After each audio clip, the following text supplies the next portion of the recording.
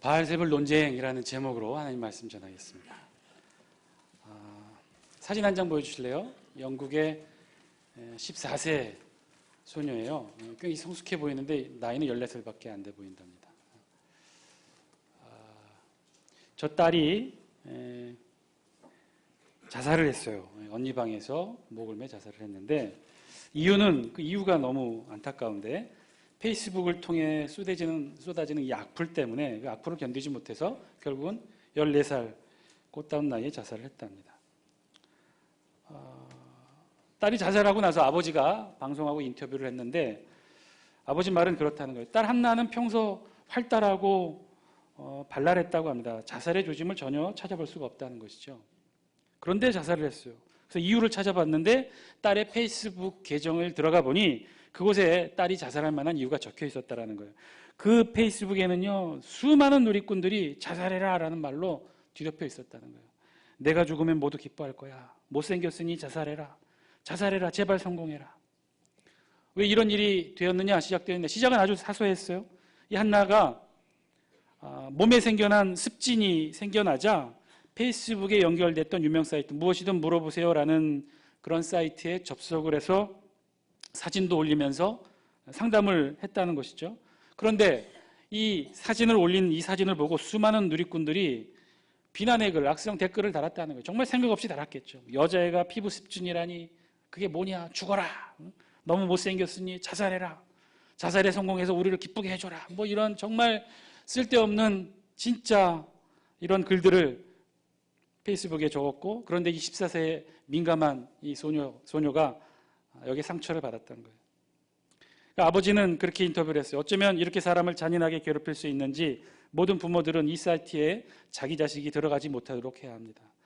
이들이 고의는 아니었겠지만 이것 또한 명백한 살인행위입니다. 더 어처구니 없는 것은 이 아버지가 자신의 딸 한나를 비극을 추모하는 의미에서 한나가 편히 쉬기를이라고 하는 페이스 계정을 개설했는데 여기에 그래서 이 사연을 듣고 많은 사람들이 추모의 글, 위로의 글을 올렸는데요. 그런데 여기에도 똑같이 모욕적인 악플을 다는 비난의 글들이 또한 쏟아졌다고 해요. 비겁한 자살자, 자살해서 비겁하다. 인터넷이 발달했어요. 그래서 이제 누구든지 얼굴을 마주대하지 않아도 두렵고 떨리는 심정으로 흥분된 채 어렵게 말하지 않아도 아주 쉽고 편하게 얼굴 드러내지 않고 우리의 생각과 느낌과 마음을 전할 수가 있는 시대가 되었습니다. 그래서 그런지 요즘 들어 참 인터넷상의 막말이 너무나 심해진 것 같아요.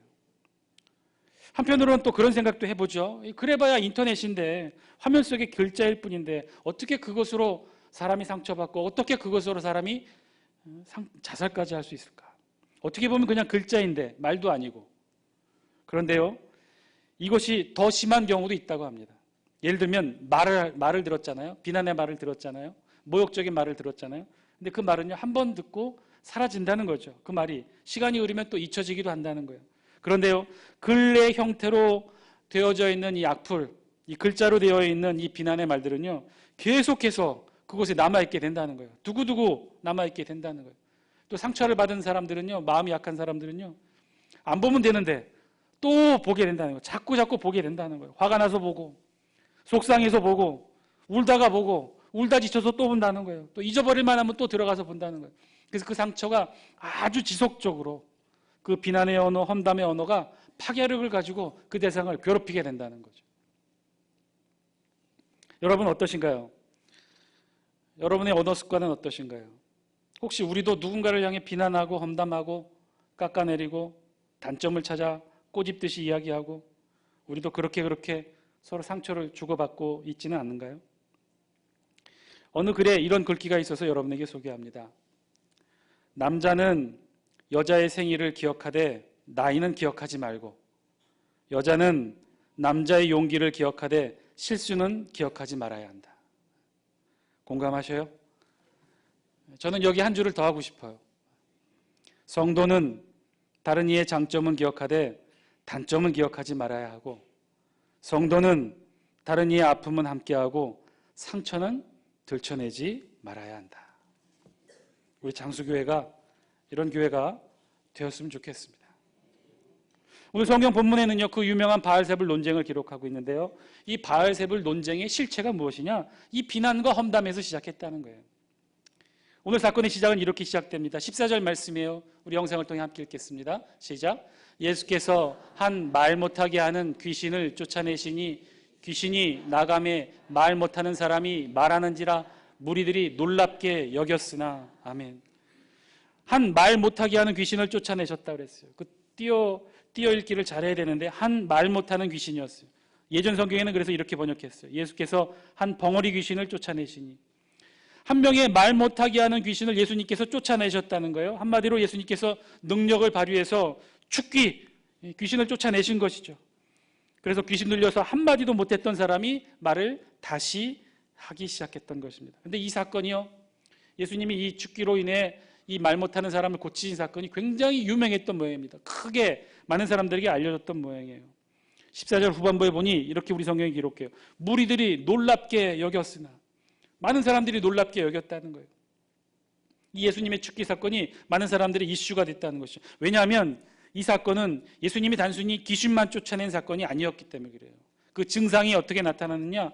말을 전혀 못하던 사람이 예수님이 귀신을 쫓아내자 갑자기 말을 하기 시작했다는 거예요. 그러니 그 눈에 드러나는 증상이 너무나 신기해서 많은 사람들이 놀랄 수밖에 없었다는 것이죠. 사실 당시에도 귀신을 쫓아내는 일, 축기의 사역은 예수님 말고도 많은 유대인들에 의해 조금씩은 이루어지고 있었습니다. 왜냐하면 예수님이 오시기 전, 그러니까 신약 시대가 이루어지기 전, 성령의 시대가 시작되기 전 이 세상은요, 고대 사회는요, 구약 시대는요, 암흑의 시대였어요. 암흑의 영이 지배하는 시대였어요. 마법이 판을 치고 있었고요. 세상 모든 것에 다 귀신과 신들이 있었다고 사람들이 생각하고 있었기 때문에 인간 이성 자체가 그렇게 암흑의 영, 사단의 영에 지배받던 시대였어요. 정말 많이 귀신들이 많았어요. 우리 시대도 돌이켜보면 우리도 그런 시대를 보내지 않았나요? 20년대, 30년대에는 두말할 것도 없고 60년대, 70년대, 80년대까지만 하더라도요, 교회마다 이 축기 사역들 많이 있었어요. 귀신 들린 사람들이 정말 많았어요. 이때 예수님 시대는 더했겠죠. 그러나 귀신 들림의 모양이나 모습이 오늘 본문에 나와 있는 예수님이 고쳐주신 것처럼 이렇게 극명하게 드러나지는 않았던 모양이에요. 말을 전혀 못하다가 갑자기 말을 하게 되니 얼마나 많은 사람들이 놀랍게 바라봤겠습니까? 그런데요, 그런 놀라운 예수님의 능력을 보고 그럼 사람들은 어떻게 반응했을까요? 대부분은 다 놀라운 반응을 보였어요. 그런데요, 그 중에 몇 명은 다르게 보고 다르게 말하기 시작했다는 거예요. 그 내용이 우리 성경 15절, 16절에 기록되어 있어요. 우리 같이 한번 읽겠습니다. 시작. 그 중에 더러는 말하기를 그가 귀신의 왕 바알세불을 힘입어 귀신을 쫓아낸다 하고, 또 더러는 예수를 시험하여 하늘로부터 오는 표적을 구하니. 아멘. 그 중에 몇몇은 예수님이 귀신의 왕 바알세불에 힘입어 귀신을 쫓아냈다 왜곡하여 말하기 시작했다는 거예요. 그 중에 또 더러는 예수님을 시험해요. 그렇다면 정말 이런 귀신을 쫓아내고 말 못하는 사람을 말하게 하는 능력을 행할 수 있는 충분한 자격이, 그런 권능이 도대체 어디서 오느냐, 하늘로부터 오느냐, 그 표적을 보여달라, 예수님을 다그쳤다는 거예요. 우리가 함께 읽은 본문 11장 14절부터 28절까지는요, 예수님을 향한 이 첫 번째 비난에 대한 예수님의 답변의 말씀이 기록되어 있고요, 29절부터 32절까지는요, 이 16절에 예수님을 향한 비난의 두 번째 요구, 하늘로부터 오는 표적을 보여달라고 하는 이 질문에 예수님이 답을 하셨어요. 말 못하게 하는 귀신을 내어 쫓으신 예수님의 능력, 그래서 말을 전혀 못했던 사람이 갑자기 말을 하게 만드신 이 예수님의 축기와 치유의 능력은요, 분명 놀라운 일이었어요. 그러나 어떤 사람들 중에는 그런 예수님의 능력을 눈으로 보면서도 도저히 믿을 수가 없었던 거예요. 아니, 믿기 싫었던 것이죠. 왜요? 왜 이들은 믿을 수가 없었을까요? 왜 믿기 싫었을까요? 우리가 그토록 기다려오던 메시아, 우리를 구원해 줄 메시아, 그런 선지자, 그런 예언자가 이렇게 보잘것없어 보이는 유대의 한 젊은이일 수 있을까? 그것도 이 목수의 아들, 천한 목수의 아들의 신분인 이 아들에게 우리의 미래를 맡길 수 있을까? 그럴 수 없다고 생각한 거예요. 그러나 그가 보여준 축기와 치유의 기적은 부인할 수 없는 사실이니 정말 나쁜 의도를 가지고 예수님을 비난하고 험담하는 논리를 만들어내었던 거죠. 그게 무엇입니까? 예수님이 귀신을 내어 쫓고 말 못하는 사람을 말하게 만든 이 능력은 어디에서 온 것이다? 하늘에서 온 것이 아니라 귀신의 왕 바알세불을 힘입어 쫓아냈다라고 말하자. 그렇게 논리를 만들자.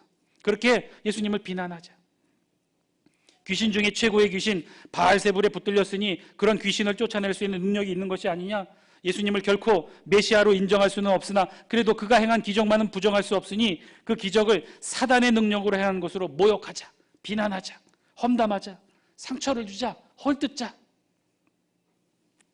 이렇게 촉발된 것이 소위 바알세불 논쟁이었다는 거예요.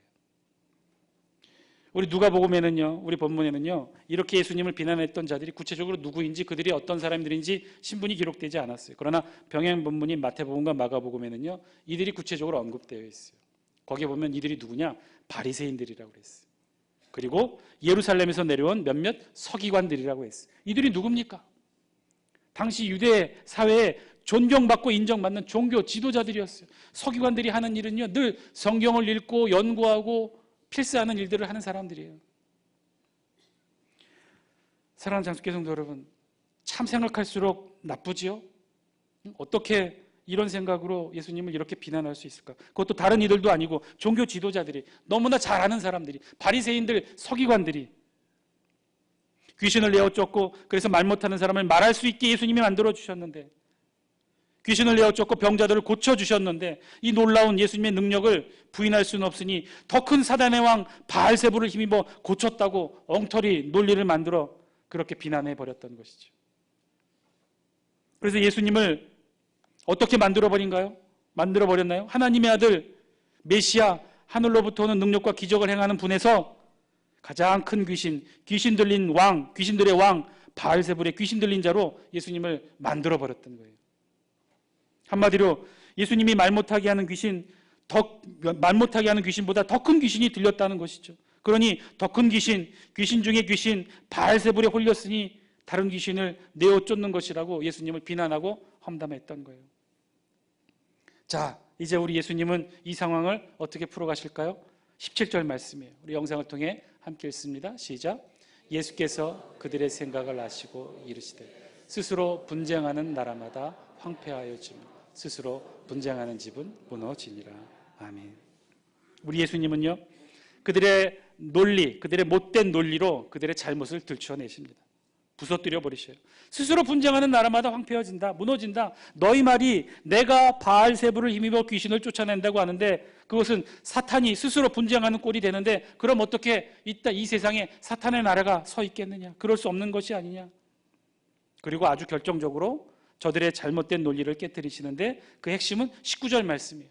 우리 19절 말씀 같이 함께 읽겠습니다. 시작. 내가 바알세불을 힘입어 귀신을 쫓아내면 너희 아들들은 누구를 힘입어 쫓아내느냐? 그러므로 그들이 너희의 재판관이 되리라. 아멘. 이게 무슨 말씀일까요? 내가 바알세불을 힘입어 귀신을 쫓아낸다면 너희 아들들은 도대체 누구를 힘입어 쫓아내느냐? 사실 이 19절 말씀이 이 논쟁의 종지부를 찍게 되는 결론적인 말씀이 됩니다. 너희의 아들들, 이게 도대체 누구냐? 아까도 제가 말씀드렸다시피 예수님 시대 혹은 예수님 그 이전 시대에는요, 귀신들이 정말 많았어요. 예수님이 이 땅에 오시기 전이었으니, 하늘과 땅이 만나기 전 구약의 시대였으니 암흑의 영, 어둠의 영, 사단의 영들이 실제로 이 세상을 지배하던 시기였어요. 마법이 판치는 시기 아니었습니까? 또 상대적으로 그에 따른 인간 이성의 빛도 매우 움츠려들었던 그런 시대였어요. 도처에 귀신 들린 자들이 정말 많았고요. 또 정서적으로 정신적으로 악의 영에 눌려 있어서 연약한 질병에 시달리는 사람들이 정말 많았죠. 대부분의 질병의 상당수가 바로 이런 정신적, 정서적 질병이었기에 그래서 상대적으로 많은 이들이 또한 귀신을 내어 쫓는 일들을 해야 했고 또 해야만 했죠. 그래서 실제로 당시에 예수님 말고도 랍비나 많은 유대인들 가운데서는요, 귀신 들린 사람만을 전문적으로 치유하는 이들이 있었어요. 왜냐하면 귀신 들린 사람들이 정말 많았으니까. 오늘 우리 본문에 너희의 아들들이라고 표현했는데 여기서 아들들은요, 다르게 번역하면 추종자들이라는 뜻이에요. 추종자. 이들이 바로 그런 자들이었다는 거예요. 이들이 어떤 일을 했느냐? 귀신 들린 사람들을, 귀신을 내어 쫓는 엑소시스트를 이들이 했던 거예요. 귀신을 쫓아내는 일들을 이들도 했다는 거예요. 그리고 이 귀신을 쫓아내는 이 일의 힘의 근원을 어디에서 찾았느냐? 하나님의 말씀에서 찾았어요. 그래서 누구를 찾아가서 도움을 얻고 자문을 구했느냐? 랍비를 찾아갔다는 거예요. 바리새인들을 찾아갔다는 거예요. 서기관들을 찾아갔다는 거예요. 이러이러한 증상에 귀신 들린 사람이 있습니다. 제가 어떻게 귀신을 쫓아내면 좋겠습니까? 그러면요, 바리새인들이, 서기관들이 성경을 찾아 축기 현장에 있었던 기록들로 알려주었다는 거예요. 자문해 주었다는 거예요. 가르쳐 주었다는 거예요. 예수님은 지금 그들과의 관계를 너희 아들들이라고 표현했던 것이죠. 그런데 너희 아들들이, 너희를 추종하는 자들이 귀신을 내어 쫓고 있고 또 실제로 그런 일들에 대한 신학적, 논리적 도움을 너희들이 지금 주고 있는데, 그런데 그렇다면 너희의 아들들은 누구의 힘을 들어, 누구의 힘을 입어 귀신을 내어 쫓았던 것이냐? 예수님이 내가 바알세불을 힘입어 귀신을 쫓아낸 것이라면 너희 아들들 또한, 너희들 또한 귀신을 힘입어 귀신을 쫓아내는 것이 되는 것이 아니냐? 그러므로 너희 아들들이, 너희 제자들이 바로 너희를 판단하게 될 것이다. 아주 명쾌하게 예수님은 이 바알세불 논쟁을 종식시키십니다. 따라서 귀신을 내어 쫓고 병자를 치유하고 말 못하는 사람을 말하게 하는 능력, 그것은요, 바알세불에게서 오는 것이 아니었다는 것이죠. 하늘로부터 왔다는 거예요. 하나님에게서 온 능력이라는 것이에요. 그러면서 20절 말씀으로 하나님의 나라를 선포하죠. 20절 말씀 우리 같이 한번 읽습니다. 시작. 그러나 내가 만일 하나님의 손을 힘입어 귀신을 쫓아낸다면 하나님의 나라가 이미 너희에게 임하였느니라. 아멘. 하나님의 손을 힘입어, 여기서 손은요, 하나님의 손은 하나님의 능력을 상징합니다. 즉 하나님의 능력으로 귀신을 쫓아내는 것이라면 바알세불이 아니라, 더 큰 사단의 힘이 아니라 하늘의 힘, 하나님의 능력으로 이 땅의 귀신을, 사단의 세력을 쫓아내는 것이라면 하나님의 나라가 이미 너희에게 임하였느니라. 하나님의 나라가 이미 시작되었느니라. 하나님의 나라가 비록 아직 완성된 것은 아니지만 볼 수 있고 느낄 수 있을 정도로 아주 가까이 온 것이다. 그래서 예수님께서 귀신을 쫓아내신 것은 바로 이 하나님의 권세와 사단의 권세가 충돌한 것이고, 그것의 승자는 하나님의 권세가 되었다. 하나님의 권세가 이겼으니 사단의 권세가 물러난 것이 아니냐. 결국 사단의 지배하에 있는 이 세상이 점차적으로 조금씩 하나님의 권능과 능력 가운데, 하나님의 지배 가운데 이 세상이 다시 다스려지기 시작했음을 증거하는 것이 아니냐. 그것이 하나님의 나라가 시작된 것이 아니냐. 그리고 더욱더 중요한 사실은 이러한 일들은 먼 미래에나 일어나는 일이 아니라, 예수님이 또다시 오는 재림의 시기에나 오는 일이 아니라 이미 예수님의 초림의 시기에서부터 시작해서 이미 이루어지기 시작했다는 것을 오늘 본문을 통해 예수님이 선언하고 계신 거죠. 그 첫 충돌의 시작이 무엇이냐? 예수님의 초림의 시기, 오늘 본문의 시기에 예수님으로 상징되는 하늘의 힘과 능력이 세상을 지배하고 있던 사단의 능력과 부딪히고 충돌하고, 그래서 급기야 하늘의 능력이 이기기 시작했고, 사단을 물리치고, 그래서 귀신이 쫓겨나가고 병자가 치유 안 받게 되고, 그것은 먼 미래에서나 일어나는 일이 아니라, 종말의 때에나 일어나는 것이 아니라 지금 그 일이 시작됐다는 거예요. 그 일이 일어나고 있다는 거예요. 그 일이 일어난다는 것은 곧 이 땅에 하나님의 나라가 시작되었다는 것이죠. 그것이 어떻게 되었느냐? 지금 너희에게 일어나고 있다는 거예요. 그 사실을 20절 예수님은 말씀을 통해 선포하고 있는 것이죠. 하나님의 나라가 이미 너희에게 임하였느니라. 참 멋있죠? 하나님의 나라가 이미 시작되었음을 우리 예수님이 이 상황에서 지금 선포하고 있는 거예요. 이미 너희에게 임하였느니라. 하나님의 나라가 너희에게 임하였느니라. 여러분, 지금 이 본문의 상상이 가시나요? 하나님의 나라가 이미 너희에게 임하였느니라. 예수님이 말씀하시는 너희가 누군가요? 물론 예수님과 함께 있는 제자들도 대상이 되겠지만, 지금 오늘 본문의 이 바알세불 논쟁에 있어서 예수님이 말씀하시는 너희는 누군가요? 예수님을 모함하고 험담하고 못된 논리로 예수님을 비난했던 바리새인과 서기관들이 아닙니까? 예수님을 향해 바알세불을 힘입어 귀신을 내어 쫓았다고 하고, 그러니 예수님을 향해 귀신의 양, 바알세불 귀신 들린 자라고 매도하고 비난하고 험담하고 욕설하고 예수님을 끊임없이 모욕하고 음해하는 자들을 향해 우리 예수님이 지금 선언하고 있는 거예요. 하나님의 나라가 이미 너희에게 임하였느니라. 사랑하는 장수교 성도 여러분, 하나님의 나라는 이미 시작되었습니다. 하나님의 나라는 이미 우리 앞에 와 있습니다. 하나님의 나라는 이미 우리 발밑에서 시작되고 있습니다. 왜 그럴까요? 왜 그렇죠? 우리 어떻게 확신합니까? 우리도 겪고 있으니까. 우리도 지금 모해받고 비난받고 험담하는 그런 사단의 핍박과 박해를 우리도 받고 있으니까. 우리도 예수님처럼 저와 여러분이 사단과의 영적 전쟁을 치르고 있으니까. 이 치열한 영적 전쟁에서 끊임없이 우리도 전선에 우리를 노출시키고 싸우고 있으니까. 끊임없이 사단의 책동으로 모함받고 비난받고 아픔받고 상처받고 하지 않은 일들로 인해 우리가 욕먹고 있고, 그렇게 우리도, 저와 여러분도 영적 전쟁에서 그렇게 싸워왔고 싸우고 있고 또 앞으로도 싸워야 하니까요. 그 영적 싸움은 앞으로도 계속 되어져야 될 것이니까. 그러나 그 싸움에서 우리 모두는 예수 그리스도의 능력으로 예수님처럼 이겨내고 승리할 것이기 때문에, 예수님이 그러하셨던 것처럼 우리도 그렇게 승리할 것이니까 하나님의 나라는 이미 시작되었다는 것입니다. 우리 발밑에서 시작되고 있다는 거예요. 사랑하는 장수교 성도 여러분, 오늘 본문에 시작된 하나님 나라의 시작, 2000년 전 예수 그리스도로부터 시작된 이 하나님 나라의 시작, 그것은요, 이 세상을 이미 점유하고 있는 사단과의 싸움으로부터 시작합니다. 2000년 전 예수님은 그 사단과 싸움을 통해 이 세상에 하나님 나라의 깃발을 세우셨죠. 그때부터 시작된 이 하나님의 나라, 앞으로도 계속될 것입니다. 주님의 초림으로부터 시작된 이 하나님의 나라는 주님의 재림의 시기에 완성될 것입니다. 그렇다면 그 이야기는요, 그때까지 저와 여러분 모두 예수님의 재림으로 하나님의 나라가 완성될 그때까지 우리의 영적 싸움은 계속되겠죠. 사단과의 싸움은 계속될 것입니다.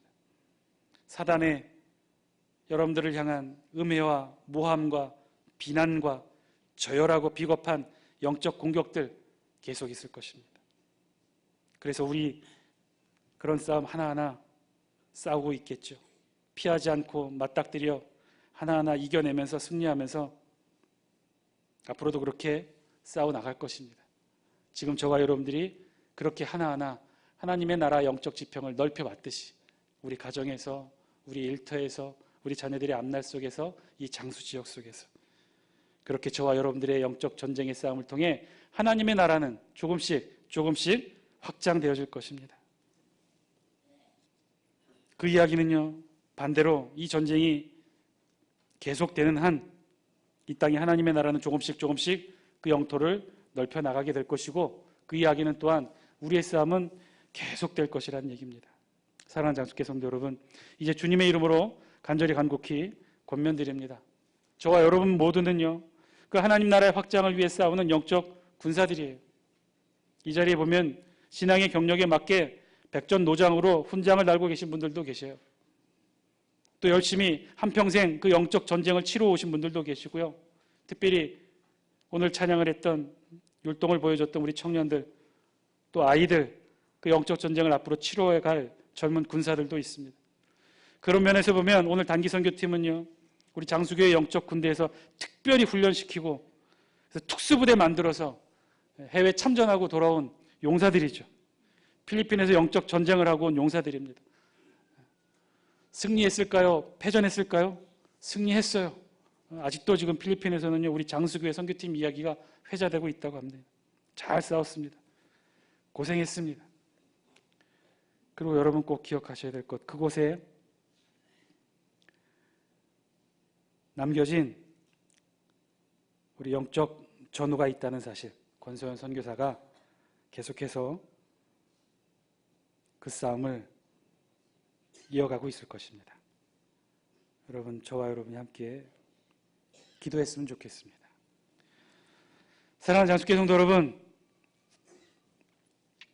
그러니 이제 간절히 여러분께 권면드립니다. 그러니 우리 이 싸움, 영적 전쟁, 제발 밖에서만 합시다. 우리 안에서는 싸우지 말고, 우리 안에서는 비난하지 말고, 우리 안에서는 험담하지 말고, 우리 안에서는 모해하지 말고, 격려하고 사랑하고 위로하고 힘이 되어 줍시다. 왜냐하면 우리 밖에 나가면 또 싸워야 되잖아요. 믿지 않는 가족들과 싸워야 되지 않나요? 싸워야 되잖아요. 믿지 않는 직장의 일터들, 동료들과 싸워야 되지 않습니까? 이 세상을 아직도 지배하고 있는 이 세상 사단의 영들과 우리 싸워야 되지 않습니까? 그 싸움으로도 우리 지칩니다. 그러면 일주일에 한 번 이곳에 오면 이곳에서만큼은 쉼을 얻고 위로 얻고 재충전 받아야 되는 거 아닙니까? 군인들로 치면 우리 이곳에서 와서 보급받고 상처를 치유받아야 되는 곳, 그것이 바로 우리 장수교회가 되어야 되지 않습니까? 서로 격려하고 위로하고 힘이 되어지는 장소, 그것이 바로 우리 장수교회가 되었으면 좋겠습니다. 싸움은 밖에서 하시고, 싸움은 세상에서 사단과 싸우고, 우리 안에서는 서로 위로하고 격려하고, 만남은 위로해주고, 만남은 격려해주고, 얼마나 힘들겠습니까? 얼마나 힘든 전쟁을 하다가 이곳에 와 있겠습니까? 보듬어 주시고 안아주시고 위로해 주시는 저와 여러분 다 되시기를, 그래서 우리 모두 세상에 나가 영적 전쟁에 승리하는 저와 여러분 다 되기를 주의 이름으로 간절히 축원드립니다. 함께 기도.